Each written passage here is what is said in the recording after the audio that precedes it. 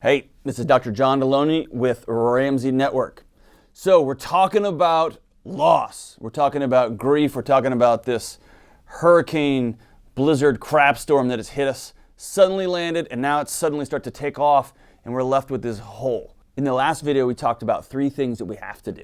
Number 1, you've got to give yourself permission to grieve. You got to feel the loss, whether it's big or small. Number 2, you've got to give those around you permission to grieve. And I don't care if you lost somebody and they lost prom, loss is loss and pain is pain. And number 3, you can't compare grief. Everybody's hurting. Everybody's trying to figure out what next steps are going to look like. Millions of people are out of jobs. Some people have really successful businesses that are booming right now. Everyone's figuring it out. We cannot go about comparing grief. And then I've got folks reaching out and saying, all right, thanks, dude. Real cool. What do I do now? Because I gave myself permission to grieve. I gave those around me permission to grieve. And what's all this stuff I'm feeling? It's coming out of here. Yeah, dude, those are called feelings. They are called feelings, and they suck, right? And we live in a culture that has smashed them down and hidden them. We've pathologized everything. Pathology just means we've made it a medical issue that is bad. So many times over the last 10, 15 years, a student has come in and said, hey, my parents just got divorced suddenly. Out of the blue, my dad just left my mom, and I've got depression. And I would say, no, you don't. You've got this feeling called sadness. And when your parents get divorced, you're supposed to be sad. Or, I've got 3 finals tomorrow, and then my friend just called and said they're suicidal. I've got anxiety. You don't.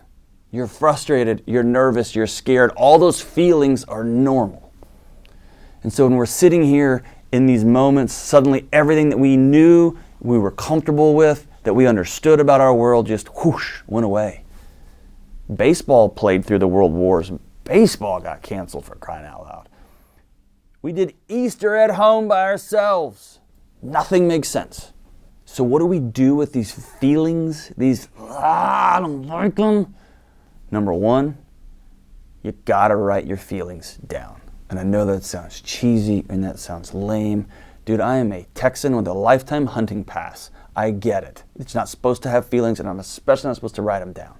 In counseling, there's this idea called leakage, and that's a gross word, usually only referring to kids' diapers, but it also works in counseling too.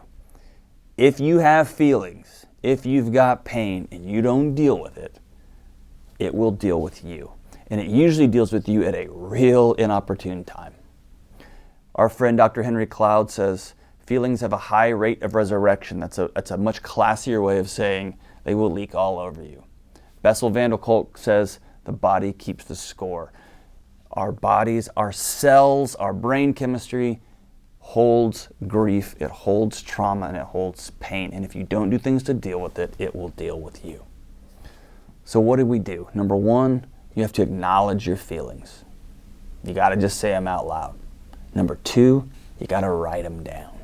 Number 3, you got to get with a community and process them. That could be a one-person community, just getting with somebody else. That can be with a Zoom call. That can be with your small group at church. That can be with your buddies. You got to do it with somebody else. You have to process grief as a community with other people. And then number 4, you got to go be brave. Now, what does being brave look like? That sounds ridiculous, like we're going to paint our faces blue and then get on a horse. That's not what I'm talking about. Being brave means getting really creative.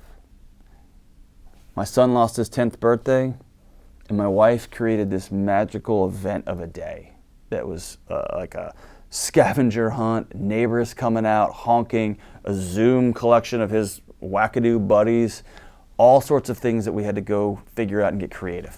You saw John Krasinski doing the Happy News Network, right? Doing prom for everybody from home. I saw dads dancing with their daughters in the living room. Dads had dressed up in suits and they did a mini prom at home. Is it going to be as cool as the real thing? No. Are they going to remember it in 50 years? Absolutely, yes. Being brave looks like working 3 jobs because you just got furloughed and you don't know what tomorrow's going to look like. Being brave means sitting down with your 10-year-old son and saying, hey, I'm kind of scared. I don't know what tomorrow looks like. And here's what a scared dad does. Being brave means talking to your husband and saying, I'm really nervous. Can we make a plan together today? Being brave and creative means taking a 30 or 50-year view on this. Because in 40 years, 50 years, your kid's not going to remember the algebra you tried to get through. They are going to remember when mom lost it and smashed all the wine glasses because she couldn't get the stupid math problem right. Taking a long view on this deal. Not trying to win today, trying to love today, trying to process today, trying to be brave today. We got to feel our feelings. We got to sit in them, don't bathe in them. We got to process them with the community. Then we got to go be brave. Thank you so much for watching today. If you want to learn more about grief, about feelings, click the link below. I've got an article at daveramsey.com. It'll take you there. Don't forget to subscribe to the show. That's also down. There's just a whole bunch of stuff underneath this, right? But don't forget to subscribe to the show. Follow me at John Delony, and I will see you soon. Take care.